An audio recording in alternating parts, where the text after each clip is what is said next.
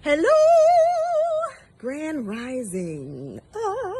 I'm in such a good mood today, but I am taking a mental health break at the moment, and I want to talk to you about a few things while I'm on my mental health break. First off, this whole work from home thing is a trip because there are no defined lines like of when to start and when to stop. Oops, I'm still in my pajamas, as a matter of fact. I'm in my pajamas, but I have had 2 Zoom calls and I've negotiated a deal already, and nobody knew the difference because they were only seeing from here up. So don't tell nobody I'm in my pajamas, okay? Later on today, I got to host a real estate conference. I think I'll put on a blazer over my pajamas. But I want to talk about sharing, right? Sharing knowledge. We need to do more of that in our community.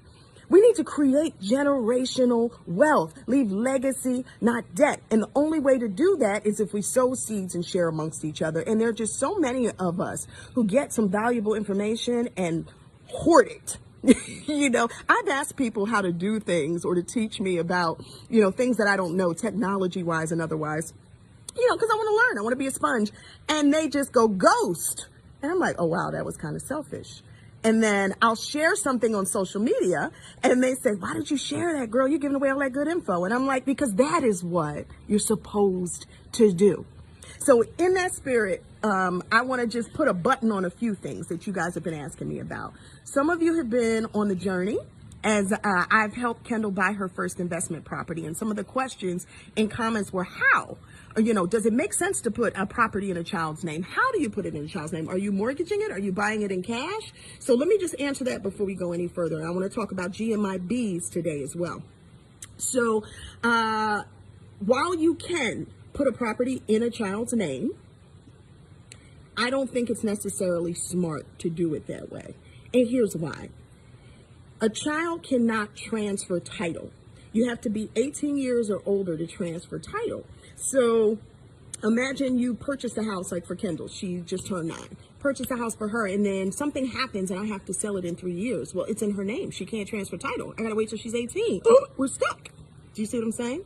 Whereas if you create a trust, which is something I did when I was pregnant with her. I think everybody, if you have a family, you need to create a trust, okay? And I'm going to tell you how to fund it and do all of that stuff. But for now, we created the trust, and in the trust, I have laid out how we want all our financial planning to fall should we not be here. And it is a revocable trust in my life. You can create an irrevocable trust as well, but I suggest while you're living and you want to be able to manage all your funds and how things are appropriated and make changes, to do a revocable trust, okay? But in that, we have these appropriations for our children. Right now, we are fulfilling the real estate appropriations for each child, and that's why this is Kendall's.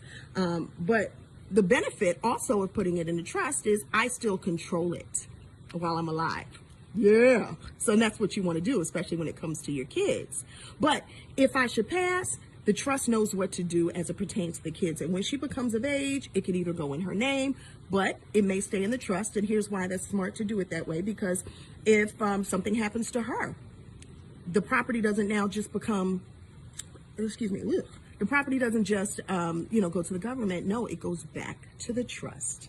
And then the other beneficiaries of the trust can share in the benefits of that property. So our other children. Do you see how that works? So I want you to look into that. Start looking into estate planning. You can fund your trust through life insurance for $50 a month. Sometimes you can get $1 million, $1.7 million policy. So even though you aren't a millionaire in your life, if something happens to you, you can definitely take care of your family, and it's worth the investment to do so. 4 minutes and counting. Should I start talking about GMIBs today? I'm gonna give you the broad strokes and then we'll really talk about it another day. GMIB stands for Guaranteed Minimum Income Benefit. This is an important tool for retirement planning for people who are self-employed, although anyone can invest in a GMIB. Really what you're doing is creating a pension for yourself. A lot of us work for companies and we have no pension. Or self-employed, we have no pension. So if you front load it with your savings, you can get into, I've seen them range from 4% up to 8%. Years ago, I got into a GMIB that gives me a guaranteed return of at least, that's the key word, at least 7% annually. So what that means is, I put my money in, if the stock market does 12%, well, guess what? I take advantage of that upside. But if it goes down and it has a horrible year, this pollen is killing me. if it has a horrible year, I at least still get my minimum guaranteed. You see how that works?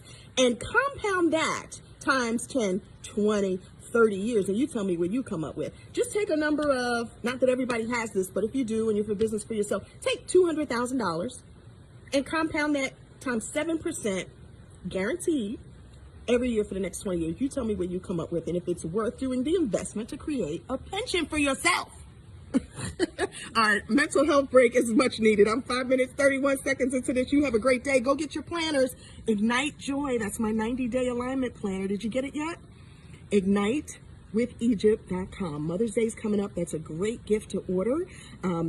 It has no defined start date or end date in it, so you can start your 90 days whenever you want. You can do it over and over again. You can order 4 for the year, 1 for every quarter. But when I say this is an incredible tool to create balance, work, life, happiness, joy, family, balance, alignment, it's what I've done for years. And so now I've put it into this whole book that I'm so proud of.